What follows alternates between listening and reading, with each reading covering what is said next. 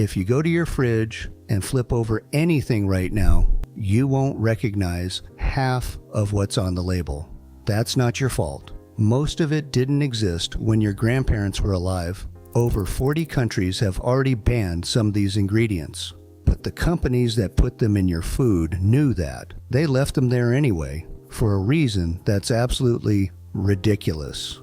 In 1940, a family sitting down to breakfast in any town in America would eat eggs, toast, maybe some bacon, oatmeal, milk, and fruit. That was a normal morning, not a health-conscious morning, just Tuesday. Everything in that kitchen could be understood by anyone. The bread was flour, water, yeast, and salt. The milk came from a local farm. The juice came from fruit. There was nothing on a label that needed explaining because the food was the ingredient. Today, the average American fridge is filled with products that your grandparents never ate, never heard of, and in some cases, things that hadn't even been invented yet. There are over 10,000 chemicals currently authorized for use in American food. About a third of them were never formally reviewed by the FDA. The companies that sell the food decided for themselves that those ingredients were safe,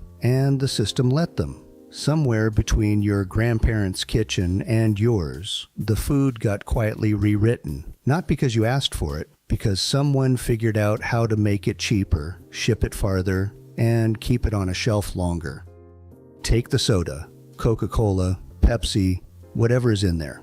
If you are in the United States, the second ingredient on that label is high fructose corn syrup. It's not just in soda. It's in the ketchup, the yogurt, the salad dressing, the bread, the granola bars. It's in almost everything. But it did not exist before 1957. For most of American history, if something was sweet, it was sweetened with real sugar. That is what Coca-Cola used for nearly 100 years. In 1984, both Coke and Pepsi switched to corn syrup. Not because anyone asked for it, not because it was better for you, because the U.S. government subsidizes corn, which makes corn syrup artificially cheap, and taxes sugar imports, which makes real sugar expensive. So they swapped it. Same can, same brand, different product inside, and they never really explained why. If you buy a Coke in Mexico, in France, in Japan, you are drinking real sugar. They already make the version without corn syrup. They just do not sell it here, because here they do not have to. The United States is the largest consumer of high fructose corn syrup on the planet. It is also the country with the highest obesity rate in the developed world. In 1970, childhood obesity in America was around 5%. Today, it is over 20%. The food changed. The kids did not. And it's not just what you drink. The bread you buy every week likely has an additive that makes it rise higher and look fluffier on the shelf. Researchers linked it to tumors in animals back in the 1980s. The World Health Organization flagged it as a possible carcinogen. Europe banned it in 1990, Canada in 1994, then China, Brazil, India, and over 40 other countries. The FDA hasn't formally reviewed it since 1973. It's still legal in most of the United States. California passed its own law to ban it in 2023 because the federal government wouldn't. Everywhere else, it's still in the bag, on the shelf, in your kitchen. The preservative in your breakfast cereal that keeps the fats from going stale. The U.S. government's own toxicology program classifies it as reasonably anticipated to be a human carcinogen. The EU banned it over a decade ago. It's still in American cereal boxes. The FDA just started reviewing it again this year in 2026, over 70 years after it first entered the food supply.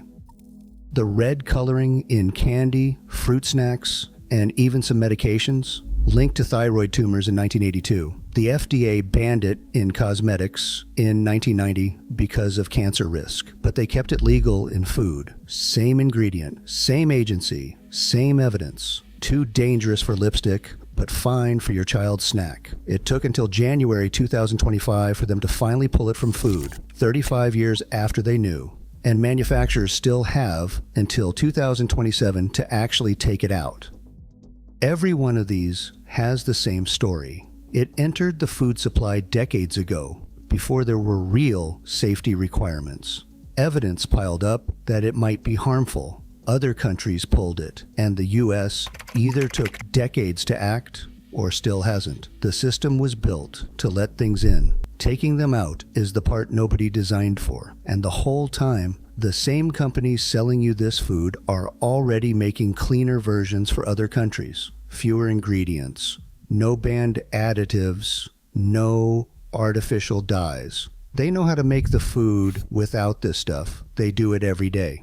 Just not for you, because here, the rules don't make them. So why would they spend more to give you what they already give everyone else? And somehow, with all these cheaper ingredients, the price keeps going up. You're paying more every month for food that costs less to make, lasts longer than it should, and contains things that most of the world decided aren't safe enough to sell. That's not a conspiracy. That's just what happens when the system protects the people selling the food, not the people eating it. Your grandparents ate bread with 4 ingredients and never counted a calorie. Today, you eat bread with 15 ingredients and can't figure out why the weight won't come off. Maybe it's not about discipline. Maybe the food just isn't what it used to be, and nobody told you when it changed. This is your kitchen. One room in your house. Now think about your medicine cabinet, your cleaning supplies, the stuff your kids bring home from school. If this is what they did to the food, what else got quietly swapped while nobody was paying attention? Subscribe to our channel. There's a lot more to find.